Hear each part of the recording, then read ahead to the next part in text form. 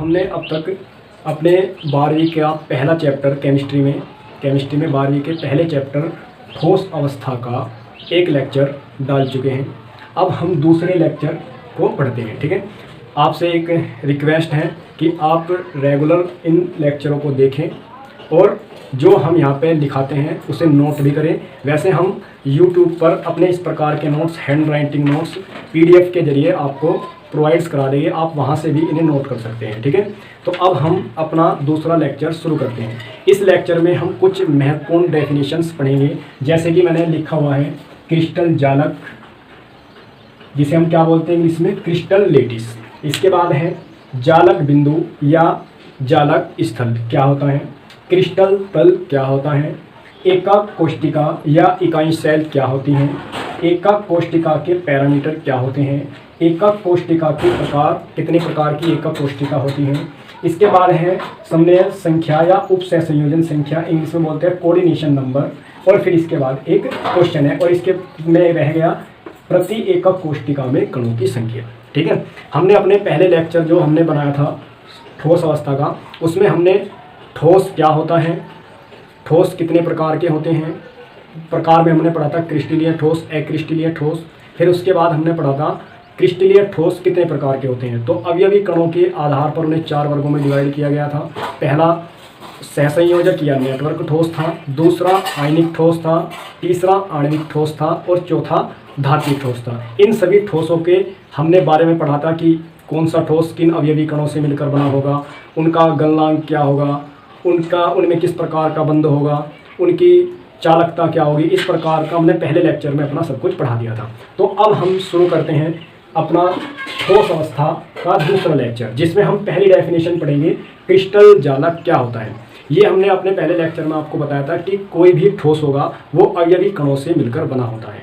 अवयवी कणों का मतलब है कि वो जो ठोस होगा वो अणुओं से भी बना हो सकता है, परमाणुओं से भी बना हो सकता है या आयनों से भी बना हो सकता है। तो अणु, परमाणु, आयन को एक साथ ही इन्होंने क्या बोल दिया, अवयवी कण। ठीक है, तो अब क्रिस्टल जालक क्या होता है, अवयवी कणों की त्रिविम व्यवस्था, अवयवी कणों की त्रिविम व्यवस्था, यानी कि अवयवी कणों का 3D में अरेंजमेंट करने पर जो जालक प्राप्त होता है उसे क्या बोलते हैं, क्रिस्टल जालक कहते हैं। यानी कि अवयवी कण है हमारे पास, ये इन्हें क्या लगा दिया हमने, 3D में अरेंजमेंट कर दिया, यानी कि X दिशा में भी कर दिया, Y दिशा में भी कर दिया और Z दिशा में भी कर दिया। तो इस प्रकार से जो हमारे पास एक जालक तैयार होगा उसे क्या बोलते हैं, क्रिस्टल जालक कहते हैं।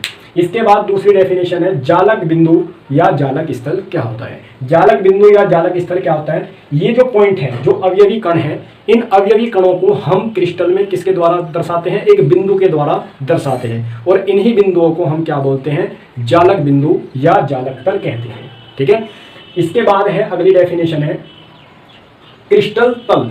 क्रिस्टल तल क्या होता है, क्रिस्टल तल क्या होता है भाई, जितने भी ये अवयवी कण हैं इन्हें हम एक, जैसे ये अवयवी कण हो गए हमारे पास किसी भी क्रिस्टल में, जो भी क्रिस्टल जालक अवयवी कणों से मिलकर बना हुआ है, उन अवयवी कणों को हम एक सीधी रेखाओं के द्वारा जोड़ते हैं।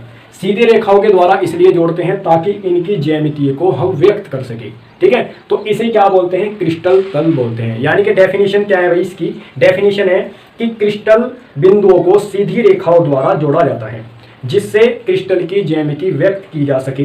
क्रिस्टल जालक से बने तल को ही क्या बोलते हैं, क्रिस्टल तल बोलते हैं। ठीक है, इसके बाद ये जो क्रिस्टल जालक होते हैं ये एक विमीय भी हो सकते हैं, द्विविमीय भी हो सकते हैं, त्रिविमीय भी हो सकते हैं। ठीक है, इसके बाद हमारी जो अगली डेफिनेशन है वो है एकक कोष्टिका। ये एकक कोष्टिका इंपॉर्टेंट है, थोड़ा सा ध्यान से पढ़ेंगे। ठीक है, एकक कोष्टिका क्या होती है, तो किसी भी डेफिनेशन बताता हूँ, किसी भी क्रिस्टल का, यानी किसी भी क्रिस्टल का वह लघुत्तम भाग जिसे विभिन्न दिशाओं में पुनरावृत यानी कि रिपीट करने पर पूर्ण जालक का निर्माण होता है उसे ही क्या बोलते हैं, क्रिस्टल जालक कहते हैं।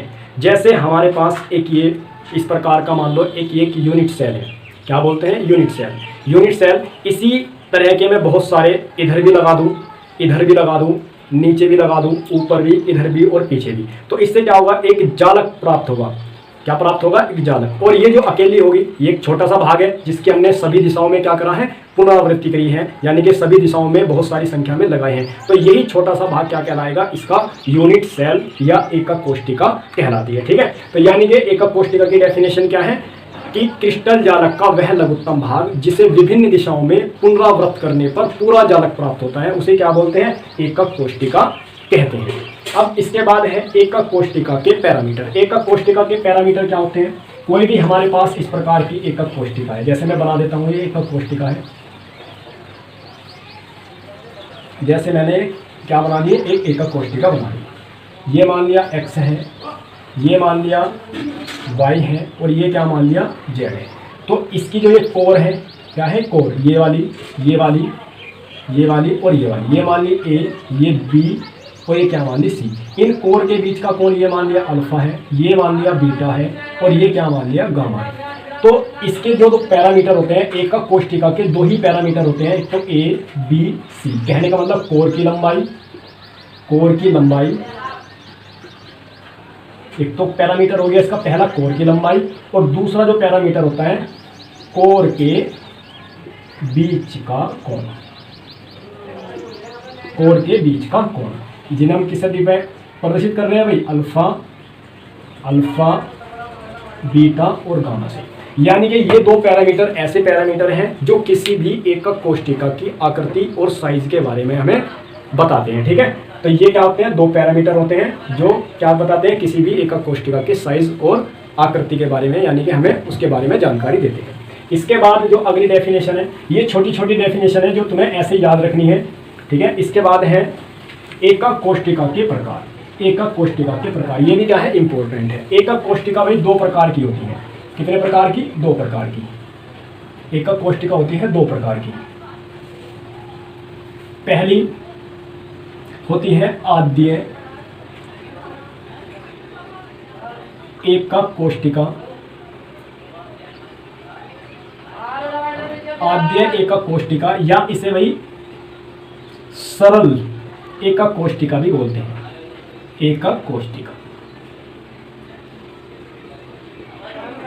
क्या बोलते हैं, आद्य एकक कोशिका या सरल एकक कोशिका, यानी कि सिंपल यूनिट सेल, या इसे प्रिमिटिव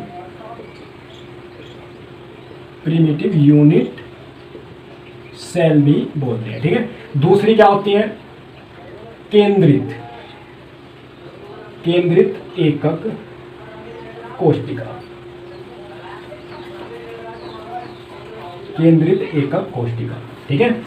और केंद्रित एकक कोशिका में भी हम कितने प्रकार की पढ़ेंगे, तीन प्रकार की होती है। ये भी कितने प्रकार की होती है, तीन प्रकार की। कितने प्रकार की होती है, तीन प्रकार की। तो पहले हम पढ़ते हैं आद्य एकक कोशिका क्या होती है। आद्य एकक कोशिका ऐसी कोशिका होती है जिसमें अवयवी कण केवल कोणों पर ही क्या होते हैं, उपस्थित होते हैं।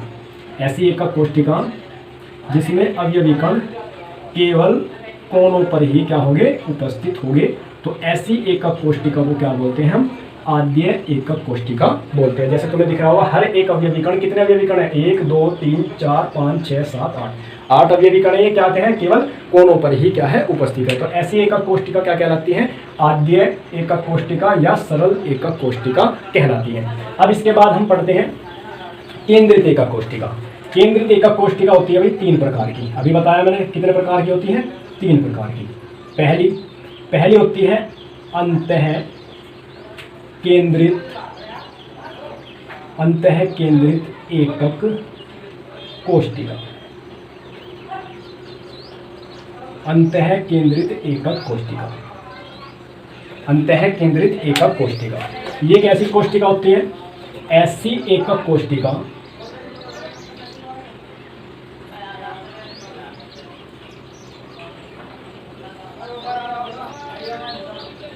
ऐसी एकक कोशिका जिसमें अवयवी कण कोणों पर तो उपस्थित हो गई, कोणों पर तो क्या हो गए, उपस्थित हो गई, लेकिन एक जो कण होगा अवयवी कण वो इस एकक कोशिका के बिल्कुल क्या होगा, सेंटर में उपस्थित होगा, यानी कि बिल्कुल केंद्र में क्या होगा, उपस्थित होगा।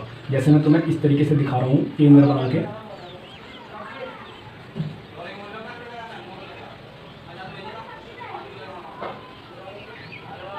क्या होगा, केंद्र में बिल्कुल एकदम सेंटर में उपस्थित होगा एक अवयवी कण। ठीक है, इस तरीके से बिल्कुल क्या होगा, एक बिल्कुल सेंटर में क्या होगा, अवयवी कण उपस्थित होगा। दूसरी कौन सी एकक कोशिका है, दूसरी है फलक, फलक केंद्रित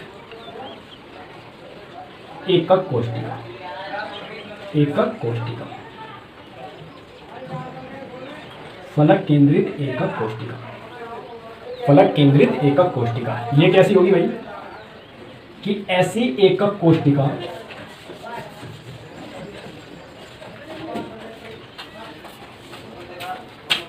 ऐसी एकक कोशिका जिसमें अवयवी कण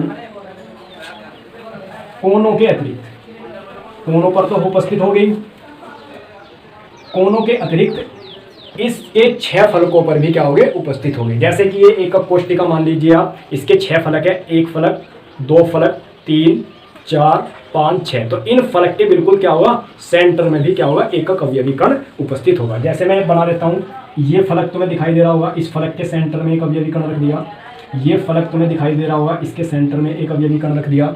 ये एक नीचे फलक हो गया, इसके सेंटर में एक अवयवी कण रख दिया। एक ऊपर दिखाई दे रहा होगा, उसके सेंटर में एक अवयवी कण रख दिया।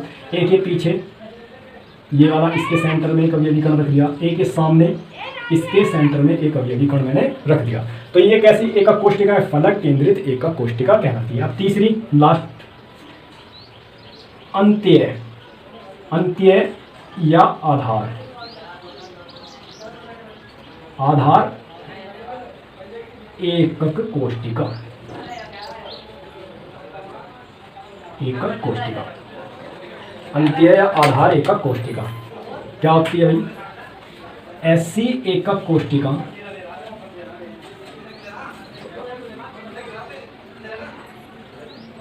ऐसी एकक कोशिका जिसमें अवयवी कण कोनों, कोनों पर तो उपस्थित होगी,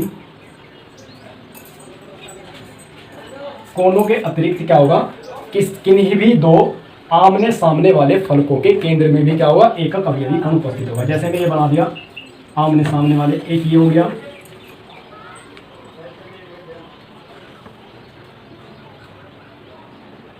एक ये हो गया, और एक ये सामने इसके ये हो गया।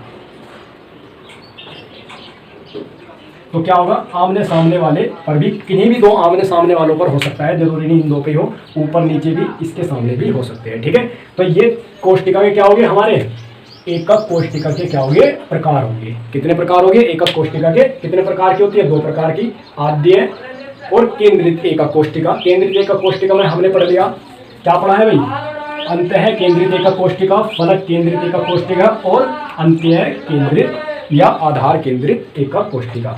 अंत्य या आधार केंद्रित और कर लीजिए इसमें, केंद्रित एकक कोशिका, एकक कोशिका। तो ये क्या होते हैं, एकक कोशिका के क्या होते हैं, प्रकार होते हैं। ठीक है, समझ में आए। इसके बाद हम क्या पढ़ेंगे, प्रति एकक कोशिका में कणों की संख्या, कि प्रति एकक कोशिका में कणों की संख्या कितनी होती है। ठीक है, चलो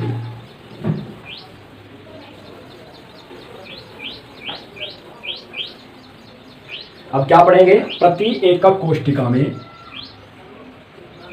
प्रति एकक कोशिका में कणों की संख्या, कणों की संख्या, कणों की संख्या। तो उसके लिए एक मैंने फॉर्मूला बनाया है, कणों की संख्या। कणों की संख्या का क्या फॉर्मूला है, कणों की संख्या का एक फॉर्मूला है NC/8, NF/2 और NI/1। यहाँ पे NC क्या है, कोनों पर उपस्थित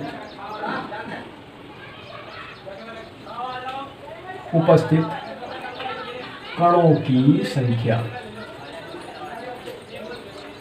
क्या है, NC क्या है, यहाँ पे कोनों पर उपस्थित कणों की संख्या। इसके बाद NF क्या है, फलक पर उपस्थित कणों की संख्या, कणों की संख्या की संख्या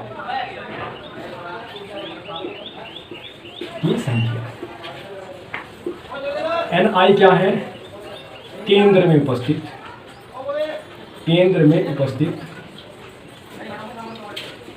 उपस्थित कणों की संख्या।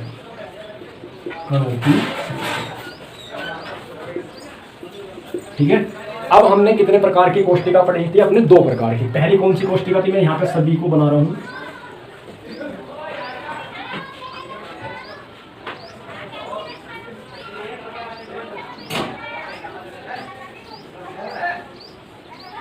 एक ये वाली, ये कौन सी कोष्टिका थी? एक ये वाली कोष्टिका होगी और एक ये कोष्टिका पढ़ी हमने।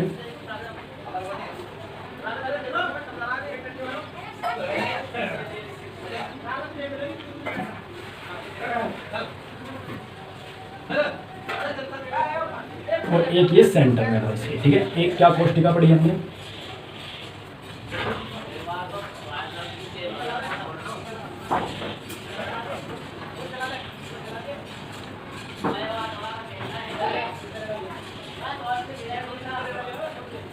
एक पढ़ी इस प्रकार की कोष्टिका,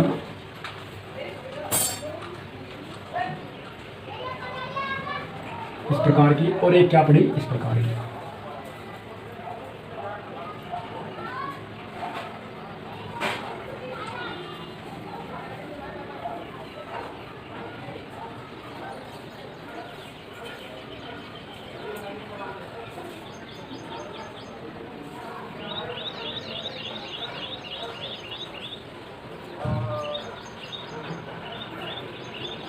इस प्रकार की। तो इतने प्रकार की हमने क्या पढ़ी थी? अभी एकक कोष्टिका देखी थी। तो अब हमें इनमें निकालना है कणों की संख्या। इस एकक कोष्टिका को हमने कौन सी एक, इसका नाम क्या था? सरल।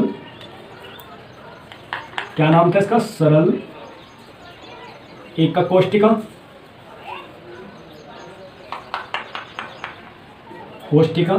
इसे हम शॉर्ट फॉर्म में एससी से डिफाइन करते हैं। इसका नाम क्या था? अंतः केंद्रित एकक कोष्टिका, जिसे क्या बोलते हैं? Body centred unit cell. क्या बोलते हैं? Body centred unit cell. इसे शॉर्ट फॉर्म में बीसीसी से डिफाइन किया जाता है, यानी कि डिनोट किया जाता है। ये होती है फलक केंद्रित एकक कोष्टिका। इसे बोलते हैं फेस सेंटर्ड यूनिट सेल। इसे डिनोट किया जाता है एफसीसी से। और ये हमारी बची क्या? अंतः केंद्रित एकक कोष्टिका। तो इसे बोलते हैं एंड सेंटर्ड यूनिट सेल। तो इनमें हमें क्या निकालना है? अब कणों की संख्या निकालनी है। तो हमारे पास फॉर्मूला है कणों की संख्या का। कणों की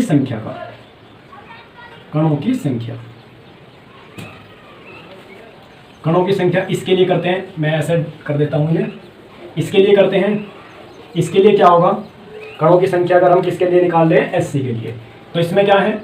एनसी, कोनों पर उपस्थित कण कितने हैं? 8/8 प्लस एनएफ, फेस पर तो कोई भी कण नहीं है तो 0/2 प्लस एनआई, केंद्र में उपस्थित, केंद्र में कोई भी कण नहीं है तो क्या हो गया? 0/1। तो टोटल कितना आ गया? 8/8 बराबर कितना हो गया? 1 कण। तो हमें पता लग गया जो हमारी सरल या आद्य एकक कोष्टिका थी उसमें कितने कण उपस्थित होते हैं? केवल 1 कण उपस्थित होता है। इसके बाद इसमें देखते हैं, इसमें कैसे? 8 तो कोणों पर उपस्थित हो गए, 4 और 4 8 तो क्या उपस्थित है? कोणों पे, बटा इस फॉर्मूले से निकाल रहे हैं 8। फेस पर कोई भी नहीं है तो 0/2 प्लस। अब इस एक केंद्र में एनआई का मतलब केंद्र में क्या उपस्थित है? 1 कण उपस्थित है। तो कितना कर दिया? 1। तो कितना आ गया? 8/8 1, ये 0, ये +1, तो 1 और 1 कितना हो गया? 2। तो अब याद रखना है बीसीसी में कितने कण उपस्थित होते हैं? 2 कण। ठीक है। इसके बाद अगला ये वाला, इसमें NF/8 plus NC/8 plus NF/2 और NI/1। तो NC कॉर्नर पर कितने उपस्थित है? 8/8 प्लस फेस पर कितने उपस्थित है? 1 2 3 4 5 6, तो 6 उपस्थित है, 6/2। सेंटर में तो कोई भी कण उपस्थित नहीं है, सेंटर में नहीं है तो 0। तो कितना हो गया? 1 + 3 = 4। अब इसकी बात करते हैं, इसमें क्या होगा भाई? NC NF और ni/1। तो इसमें कितने उपस्थित है, कोनों पर कितने उपस्थित है, 8/8। फलक पर कोई भी नहीं है, 0। फलक पर है, फलक पर कितने, 1 और 1 2, कितने हैं, 2/2 प्लस बीच में सेंटर में कोई भी नहीं है, 0, तो कितना हो गया, 1 + 1 और कितने हो गए, 2। तो हमने क्या निकाल लिया कि इन एकक कोष्टिका में कणों की संख्या कितनी होती है। और ये क्या है, बहुत ही ज़्यादा इंपॉर्टेंट है भाई, इसे याद रखना है। ये पूछ ले जाता है पेपर में 1 नंबर में कि एफसीसी में बताओ कितने कण उपस्थित होते हैं। एफसीसी जो हमारी फलक केंद्रित घनीय एकक कोष्टिका होती है, इसका मतलब है बीसीसी का मतलब है बॉडी सेंटर्ड क्यूबिक सेल, ठीक है, और एफसीसी का मतलब है फेस सेंटर्ड क्यूबिक सेल, ठीक। इसी तरीके से एंड सेंटर्ड यूनिट सेल होगी, ठीक है। इसी प्रकार से एससी होगी। तो इनमें कणों की संख्या क्या होता है, पूछ लेते हैं कि कितने कितने कण उपस्थित होते हैं। तो याद रखना है, एससी में 1 कण उपस्थित होता है, बीसीसी में 2 कण उपस्थित होते हैं, एफसीसी में 4 कण होते हैं, और कितने होते हैं, इसमें 2 कण होते हैं। अब ये होते कैसे हैं, तो हमने फॉर्मूले से निकाल दिया, लेकिन ये ऐसे होते हैं। देखो भाई, जैसे मैं बात करूँ, हमारे पास एक कण है इस प्रकार से, जैसे मैंने एक बना के दिखा दिया तुम्हें इस तरीके से। जैसे इस कण की बात कर रहा हूं मैं, इस वाले कण की, ये कण यहाँ पे रखा हुआ है, यानी कि इस कण का कितना होगा, 1/8वां हिस्सा इसके अंदर होगा और बाकी क्या होगा, सब बाहर होगा। वो कैसे होगा, देखो अब ये कण मैंने यहाँ पे रख दिया, यानी कहने का मतलब है ये वाला जो कण होगा वो 8 कोष्टिका में क्या होगा, डिवाइड होगा। किसमें डिवाइड होगा, 8 कोष्टिका में, यानी कि एक कोष्टिका के अंदर केवल इसका 1/8वां हिस्सा ही उस कोष्टिका के अंदर होगा, बाकी सब क्या होगा, बाहर होगा। जैसे एक कण मैंने ये रख दिया, एक कोष्टिका ये नीचे, और एक कोष्टिका ये रही, एक कोष्टिका ये रही, एक कोष्टिका ये रही, एक कोष्टिका ये रही। मैं इसी के ऊपर एक कोष्टिका इसके ऊपर रख दिया, इसके ऊपर रख दिया, इसके ऊपर रख दिया, इसके ऊपर, तो टोटल कितनी होगी, 8। 4 तो ये रही, 1 कोष्टिका, 2 कोष्टिका, 3 कोष्टिका, 4 कोष्टिका। ये जो मैंने एक ब्रैकेट बनाया ना वर्ग सा, ये समझो कि ये वाली कोष्टिका है पूरी की पूरी, ये कोष्टिका, 1 कोष्टिका, 2 कोष्टिका, 3 4, और इसके ऊपर भी एक कोष्टिका रख दिया। तो एक जो कण है वो 8 कोष्टिका में डिवाइड हो गया, ठीक है। तो इसीलिए जो कोनों पर उपस्थित कण होते हैं उनका केवल 1/8 भाग ही कोष्टिका के अंदर होता है, बाकी सब क्या होता है, बाहर होता है। इसी तरीके से इसमें सब में तुम्हें दिख रहा है 1/8 सब जितने भी कोनों पर रखे हुए हैं सबका 1/8 ही होगा, ठीक है। 1/8 सबका क्या होगा, 1/8। तो कितने कण हैं, 1 2 3 4, कितने हैं, 8 कण हैं, और 8 कणों का कितना है, 1/8 क्या है, अंदर है। तो कितना हो गया, केवल 1 कण हो गया इस वाली कोष्टिका में। इसी तरीके से हमें पता लग गया कि कोनों पर उपस्थित जो कण है उनका तो एक ही कण अंदर होगा, 8 के 8 कणों का। एक कण क्या है, बिल्कुल सेंटर में रखा है, वो सेंटर में रखा है, तो इसका मतलब वो किसी भी कोष्टिका के साथ संपर्क में नहीं है, ना ही किसी कोष्टिका में उसका विभाजन हो रहा है, ठीक है। तो वो कण क्या होगा, पूरा का पूरा इसके अंदर होगा। तो इसलिए कितना हो गया, टोटल कितने कण होंगे, 2। अब हमने इसमें पढ़ लिया कि कोनों पर रखे होगा तो कितना हो गया, 1 कण हो गया पूरा। अब फलक पे कैसे करेंगे भाई, फलक पे क्या है, जैसे एक कण यहाँ पे रख दिया, क्या रख दिया, ये फलक पे ऐसा कण रख दिया, तुम्हें दिख रहा होगा, कण रख दिया, और एक कोष्टिका ऐसे रख दी, ऐसे लगेगी इसके पास। तो ये वाला कण क्या होगा, आधा हिस्सा तो इसमें होगा और आधा हिस्सा क्या होगा, दूसरी वाली कोष्टिका में होगा, ठीक है। तो इस कहने का मतलब है जो फलक पे रखा होगा कण, उसका केवल आधा पार्ट इसके अंदर होगा, आधा पार्ट क्या होगा, जो इसके साथ दूसरी कोष्टिका इसके साथ ऐसे लगी होगी, चिपकी होगी, लगी होगी, उसके अंदर होगा, ठीक है। तो यानी कि एक का कितना होगा, आधा पार्ट होगा। तो कितने कण है, ये 6 कण है, तो 6 का आधा पार्ट कितना हो गया, 3। तो कितना हो गया, 1 + 3 = 4। तो कितने कण हो गए इसमें, टोटल 4 हो गए। इसके बाद इसमें भी कोनों पर उपस्थित कितने कोनों को, तो कितना हो गया, टोटल 1 कण हो गया, 8 कण है, तो कितना होगा, 1 कण हो गया टोटल, ठीक है। 1/8 1/8 1/8, तो सारा कितना हो गया, 1 हो गया। और 1 और 1 2 कण ये है, इसका भी आधा है, इसका भी आधा इसके अंदर, तो कितना हो गया, आधा आधा 1, तो कितना हो गया, टोटल 2 कण इसमें उपस्थित हो गए, ठीक है। इसके बाद ये तो बात समझ में आ गई होगी। इसके बाद हम क्या पढ़ेंगे, अपनी उपसह संयोजन संख्या पढ़ेंगे। ये भी इंपॉर्टेंट है, उपसह संयोजन संख्या क्या होती है, ठीक है। देखें,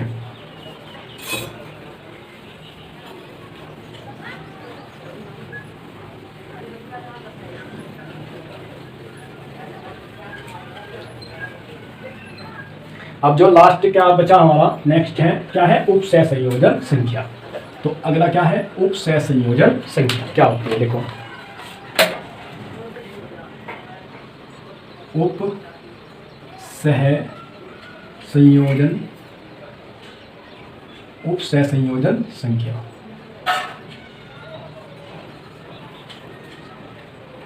ठीक है। उपसह संयोजन संख्या क्या होती है भाई, ये क्या होती है, किसी भी एक कण से जुड़े हुए जितने कण होंगे, यानी कि उन एक कण से जितने भी कण जुड़े होंगे उनकी संख्या क्या कहलाती है? उप सहसंयोजन संख्या कहलाती है। यानी कि एक कण के पड़ोस में उपस्थित जितने भी कण होंगे वो क्या कहलाओगी? उसकी उप सहसंयोजन संख्या कहलाती है। ठीक है, क्या कहलाती है? उसकी उप सहसंयोजन संख्या कहलाती है। ठीक है, जैसे मैं अभी डेफिनेशन तुम्हें बता रहा हूँ इसकी कि क्या होती है? किसी एकक गोले यानी किसी भी परमाणु अणु आयन से के सीधे संपर्क द्वारा जुड़े और उसे चारों ओर से घेरने वाले कणों की संख्या जो होती है या गोलों की संख्या क्या कहलाती है?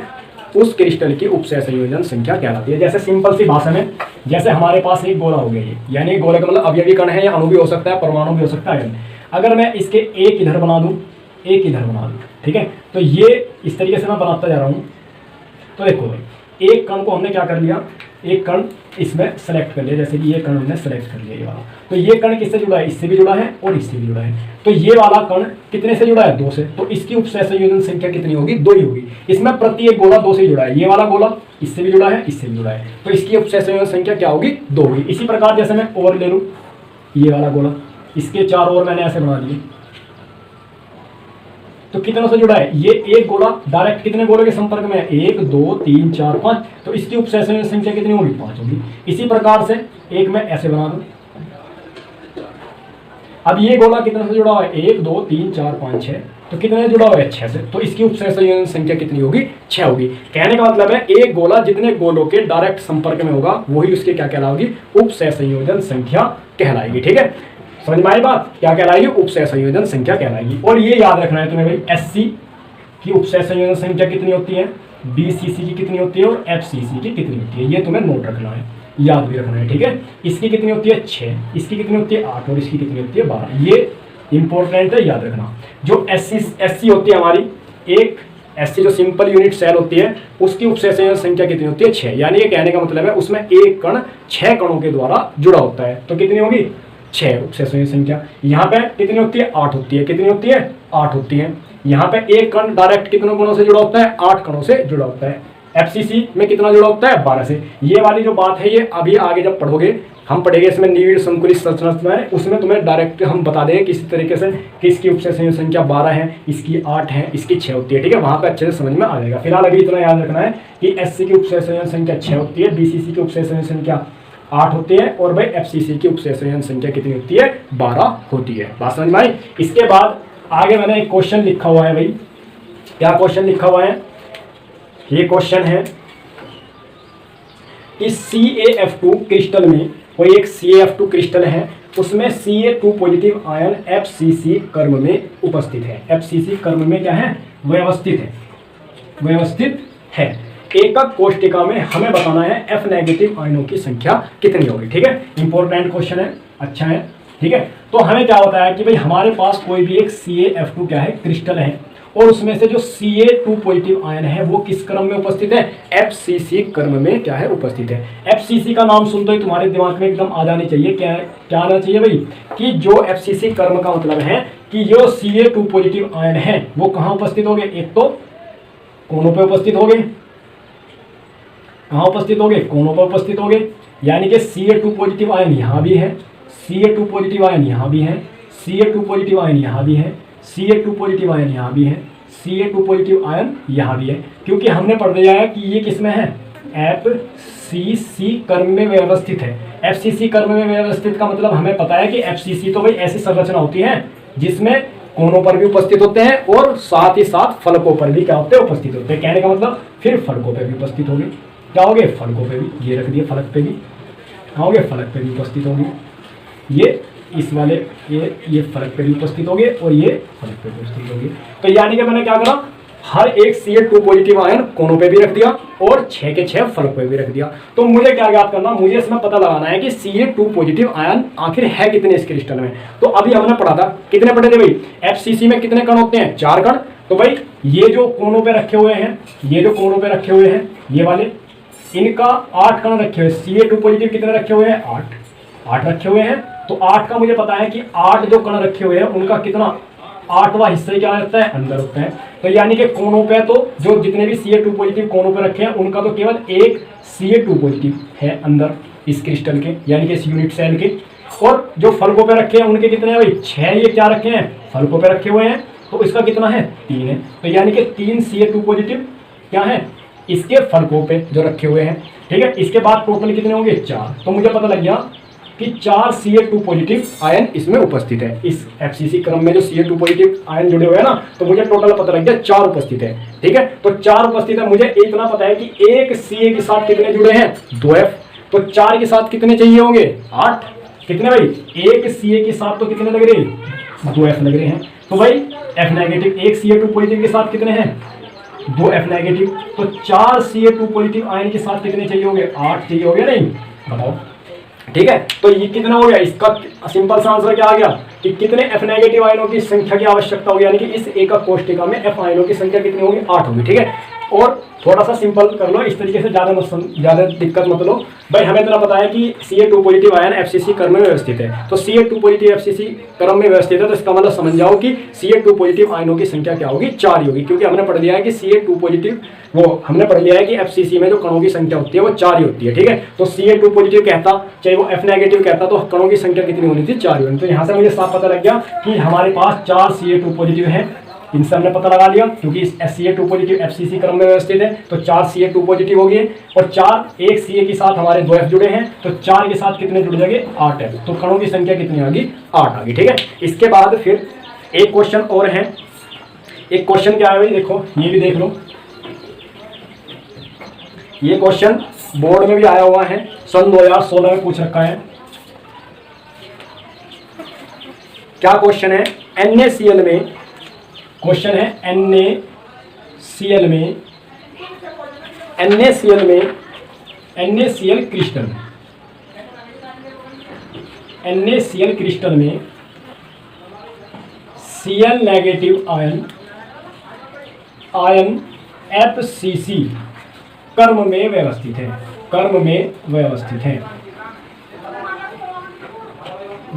है, एकक कोष्टिका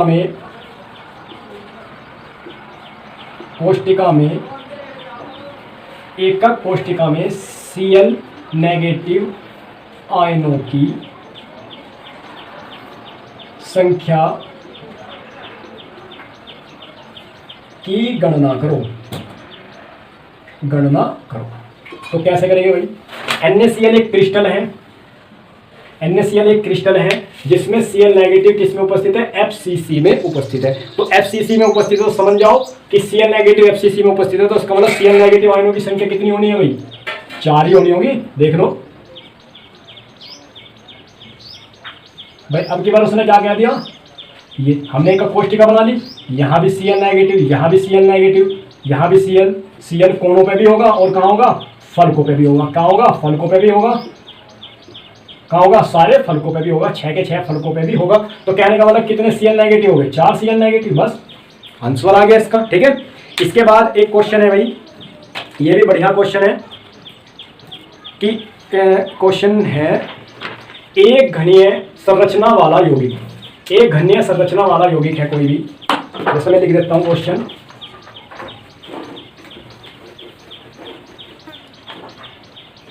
है जी, एक घनीय संरचना वाला यौगिक A तथा B तत्वों से बना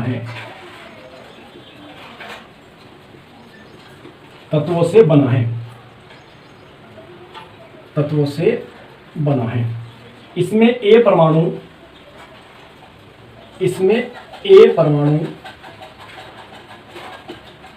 घन के कोनों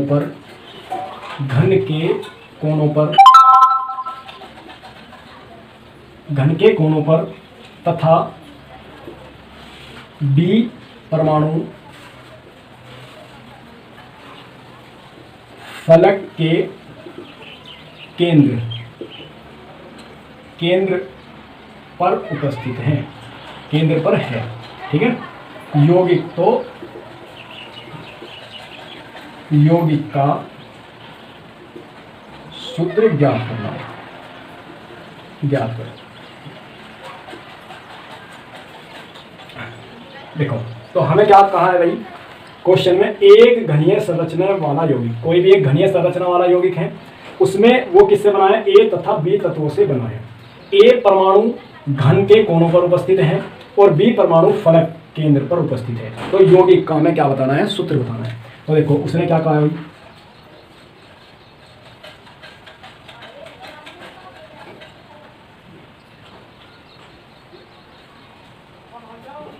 यहां पे उसने बोला कि कोनों पे कौन उपस्थित है भाई, ए सारे कोनों पे उपस्थित है ए सारे पे हमने क्या रख दिया, ए रख दिया। उसने कहा है फलक के केंद्र पर क्या उपस्थित है, बी और बी।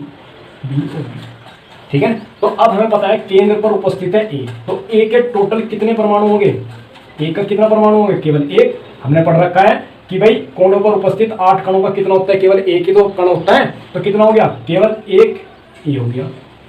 एक क्या हो गया, ए। जो फलक पर उपस्थित है उनके कितने होंगे भाई, फलक पे उपस्थित है कितना होगा उनका, कितने होते हैं, 3। कितने होते हैं भाई, 3 होते हैं। नहीं, अभी पढ़ा है हमने कि कोनों पर उपस्थित जितने भी कण होंगे 8 कण होते हैं, 8 कणों का केवल एक ही कण कोष्टिका के अंदर होता है। तो यानी कि 8 ए कोनों पर रखे हुए हैं, तो यानी कि एक तो इसमें कोष्टिका में कितना हो गया, एक तो कितना हो गया, ए हो गया। और ये क्या रखे हैं, बी किस पे रखे हैं, फलक पे रखे हैं, तो फलक पे रखे हुए कितना हो गया, 3, क्योंकि इसका भी 6 है हमारे पास, 6 रखे हुए हैं बी फलक के केंद्र पर। और एक बी का एक फलक वाले का कितना होता है, आधा, तो इसका 6 का कितना हो गया, 3। तो हमें पता लग गया ए का तो एक परमाणु है इस कोष्टिका के अंदर और बी के कितने परमाणु हैं, 3। तो फॉर्मूला क्या बनेगा, AB3। ठीक है, क्या बनेगा, AB3। तो सूत्र क्या बनेगा, AB3। तो यानी कि ये जो संरचना है ये इस वाले फॉर्मूले की क्या बना रखी है, संरचना बना रखी है। ठीक है, इसके बाद हम अपने अगले लेक्चर में, जो लेक्चर नंबर 3 होगा, उसमें हम पढ़ेंगे निविड़ संकुलित संरचनाएं। ठीक है, तो आज के लिए इतना ही।